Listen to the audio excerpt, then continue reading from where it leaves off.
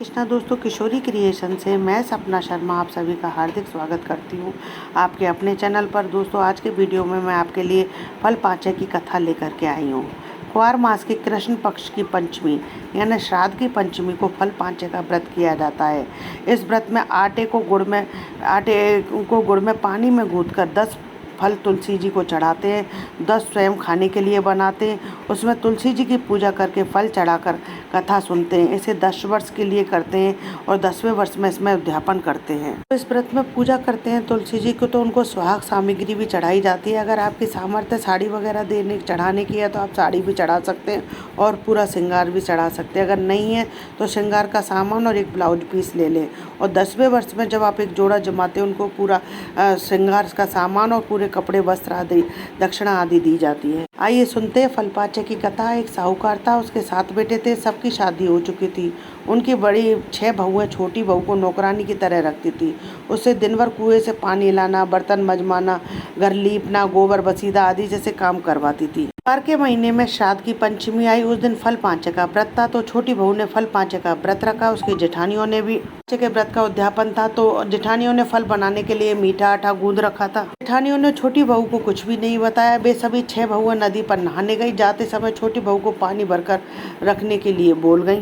छोटी बहू पानी भरने जाने लगी तो उसकी नज़र गुदे हुए आटे पर पड़ी। उसने गुदे हुए आटे में से थोड़ा सा आटा निकालकर अपने हंडे यानी घड़े में रख लिया। उसके बाद वह भी कुएं पर पानी भरने के लिए चली गई। उधर उसकी सास ने ऐसा करते देख लिया तो वह उसके पति से बोली कि देख, तेरी पत्नी आटे में से आटा चुरा कर ले गई है, तू जा उसे सबक सिखा। उसका पति उसके पीछे पीछे कुएं पर गया। पति चुपचाप देख रहा था। वहाँ देखता है कि बहू ने उस आटे से थोड़े से 10 फल बनाए। वहीं कुएं के पास तुलसी जी के पौधे के पास बैठकर उसने मानसिक रूप से फल पांचे व्रत का पूजन किया। बाद उसने आटे के बनाए हुए 10 फल तुलसी माता को चढ़ाकर प्रार्थना की कि हे तुलसी माता, मेरी पूजा स्वीकार करो। इस अधूरी और मानसिक पूजा को स्वीकार करो। आपके आशीर्वाद से जब मेरे दिन बदलेंगे तो मैं आपके दुगने फल चढ़ाकर विधि पूर्वक पूजा व अध्यापन करूंगी। ऐसी माता से प्रार्थना करके उसके बाद वह पानी भर करके वापस घर पर आ गई। उसका पति छुप करके दूर से ये सब कुछ देख रहा था, तो वह अपने आप को बहुत शर्मिंदा महसूस किया, पर वह क्या कर सकता था, क्योंकि दुकान पर भी उसके भाई उसे बैठने नहीं देते थे और उसे छोटा मोटा नौकर जैसा कार्य करवाते थे। तो वह भी दुकान पर या अपने भाइयों के आगे कुछ नहीं बोल पाता था। यह सब देखकर उस दिन उसका मन बहुत उदास हो गया और उसने सोचा, यदि आज मैं कमाता होता तो मेरी पत्नी के साथ मेरी माँ और मेरी भाभियाँ इससे बुरा व्यवहार नहीं करती, वह भी उनकी तरह आराम से रहती। उसकी पत्नी उससे कोई शिकायत नहीं करती थी, पर उस दिन उसका मन नहीं लगा। उस दिन उसका मन बहुत बेचैन रहा। इधर वे सब 6 बहुएं नहा करके आकर आई और रसोई में जाकर अपने काम करने लगी। उनके फल पांचे का उद्यापन था। उन्होंने फल बनाकर विधि पूर्वक तुलसी जी की पूजा की, कहानी सुनी, आरती की, सुहाग सामग्री रखकर व्रत पूरा करने का संकल्प किया। उसके बाद उन्होंने अपने सास ससुर को भोजन करा करके उन्हें वह सुहाग सामग्री और सर्व से पांचक सारे वस्त्र आभूषण देकर अपना अध्यापन पूरा किया। सभी लोगों ने भोजन कर लिया तो उन्होंने छोटी बहू को भोजन करने के लिए आवाज़ दी।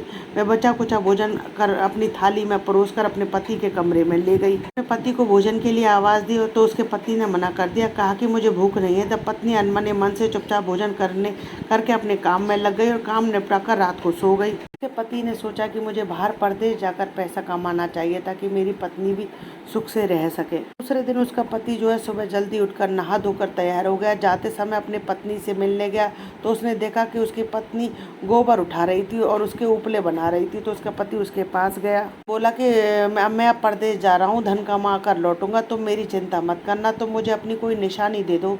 तो इस पर उसकी पत्नी बोली, मेरे पास तो यह गोबर है और एक यह मुद्री है। तो वह उससे गोबर के 10 फल बनवा कर ले लेता है। उसकी मुद्री अर्थात अंगूठी को अपनी चोटी, पहले लोग चोटी रखते थे तो चोटी में बांध लेता है। उसके बाद वह परदेश के लिए निकल पड़ता है। चलते चलते वह बहुत दूर दूसरे राजा के गांव में पहुंच जाता है। गांव के बाहर बिताकर अगले दिन उस गांव में जाने की सोचता है और रात को वही गांव के बाहर एक पेड़ के नीचे सो जाता है। सुबह सुबह तुलसी माता एक वृद्धा का रूप धारण करके उसके पास आती है और उसे जगाकर कहती है कि बेटा जल्दी उठो, जल्दी से नगर में प्रवेश करो, आज तुम्हारा राज तिलक होगा। ऐसा कहकर वह वृद्धा बूढ़ी औरत जो है वहाँ से अंतर ध्यान हो जाती है। तो वह सोचने लग जाता है कि वह बात मानूं कि नहीं मानूं, बड़े असमंजस में होता है। फिर वह बुढ़िया की बात मान करके जल्दी नहा धोकर नगर में प्रवेश करता है। तो नगर में प्रवेश द्वार पर ही पहरेदार उसे पकड़कर राजमहल में ले जाते हैं और वह उनसे पूछता है कि भाई मैंने क्या अपराध किया है जो आपने मुझे पकड़ लिया है। पहरेदार उसे बताते हैं कि रात को राजा का निर्धन हो गया और उनके कोई संतान नहीं है, तो राजा के स्थान पर जो भी व्यक्ति ब्रह्म मुहूर्त में सबसे पहले राज्य में प्रवेश करेगा उसे राज्य का राजा बनाया जाएगा, ऐसी आकाशवाणी हुई है। और तुम यहाँ पर प्रवेश करने वाले पहले व्यक्ति हो तो तुम्हारा राज तिलक किया जाएगा। इसके बाद उसे राजमहल में सम्मान के साथ बिठाकर स्नान कराकर नए वस्त्र और आभूषण धारण कराए जाते हैं और राजकुमार की तरह सिंहासन पर बिठाया जाता है। पंडित उसका राज्याभिषेक करके उसे मुकुट धारण करवाते हैं। उसका राज्याभिषेक होने के बाद राजा के पार्थिव शरीर का दाह संस्कार किया जाता है। अब साहूकार का लड़का राजकार्य करने लग जाता है, प्रजा की भलाई और न्याय का पूरा ध्यान रखता है। तुलसी माता की कृपा से उसकी ख्याति दूर दूर तक पहुंचने लगती है।